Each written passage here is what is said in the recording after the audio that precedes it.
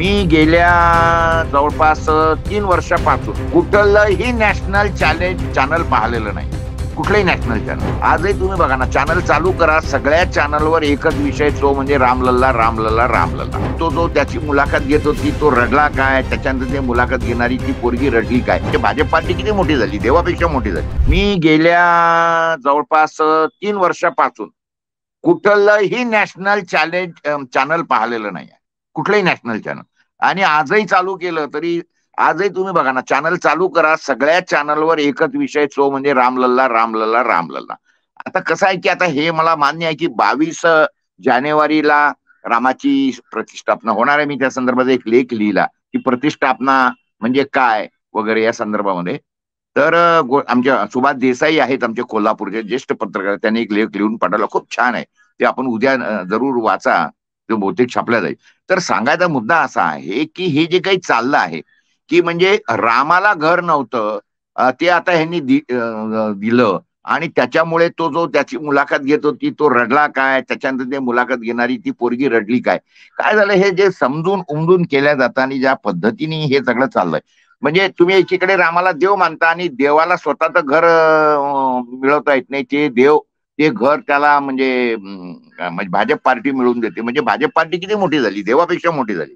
तर हे जे काही चाललं आहे आमच्या देशामध्ये, ज्याला आपण आता तुमचा मी तो याचाही शो बघितला अशोक राणांच्या सोबतचा, त्याच्यामध्ये खूप छान मुद्दे अशोक राणांनी मांडलेले आहेत.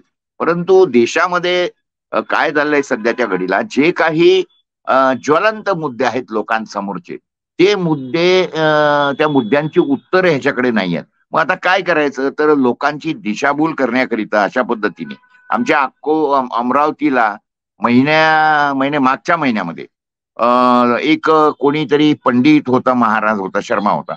तर त्याचं 8 दिवसाचं प्रवचन, आणि कुठे, अमरावतीला. जे अमरावती की ज्याच्यामध्ये गाडगे महाराजांची कर्मभूमी, तुकडोजी महाराजांची कर्मभूमी, पंजाबराव देशमुखांची कर्मभूमी, त्या कर्मभूमीमध्ये 7 दिवस 8 दिवस एक चालतं. त्याच्यामध्ये तो बाबा सांगतो की अभ्यास केला नसेल पोरांनी, चिंता करू नका, फेल व्हायची चिंता करू नका. महादेवाच्या पिंडीवर बेलाच्या मधल्या पानाला सहज लावा, ती त्याच्यावर चिटकवा, पोरग पास होऊन जाईल. नोकरी लागत नसेल तर धतुऱ्याचं फुल चढवा, नक्की नोकरी लागून जाईल. आणि त्यांनी एकतर इतकं जबरदस्त सांगितलं की ही एक बाई आहे, तिने आता मला सांगितलं, निरोप दिला की तिचं गर्भाशय काढून टाकलं होतं, मात्र तरी सुद्धा तिने काय म्हणतात त्याला, महादेवाची पूजा केली, अमुक केली, कथा केली, अमुक कबलं, आणि त्याच्यानंतर मग ती गर्भार राहिली. जिची गर्भ पिशवी काढून टाकली ती बाई देवाची पूजा केल्यानंतर गर्भार राहते आणि ती म्हणते की मला मूल झालं. तो महाराज म्हणतो, आई है क्या, आई है क्या, बहनजी आई है क्या. आणि बहनजी तिथून येते, मग ती बहनजीचं ते मूल घेऊन तो तिथं पिंडीला लावतो. आणि दुर्दैवाची भाग अशी आहे साहेब की त्याच्यामध्ये त्या मंचकावर ज्या तुकडोजी महाराजांचा आश्रम आहे मोजरीला, त्या मोजरीचा सध्याचा जो व्यवस्थापक आहे जनार्दन बोथे नावाचा, तो हजर असतो तिथे. हे सगळं अंधश्रद्धेचं चालू असताना तो पूजा करतो आणि तिथे स्टेजवर यांचे फोटो लावलेले असतात, तुकडोजी महाराजांचे, गाडगे महाराजांचे, आणि बाकीचे 2-3 लाख लोक तिथं आलेली असतात. बरं, हे सगळं आयोजन कोण करतं, तर तिथला आमदार आणि खासदार अमरावतीचा.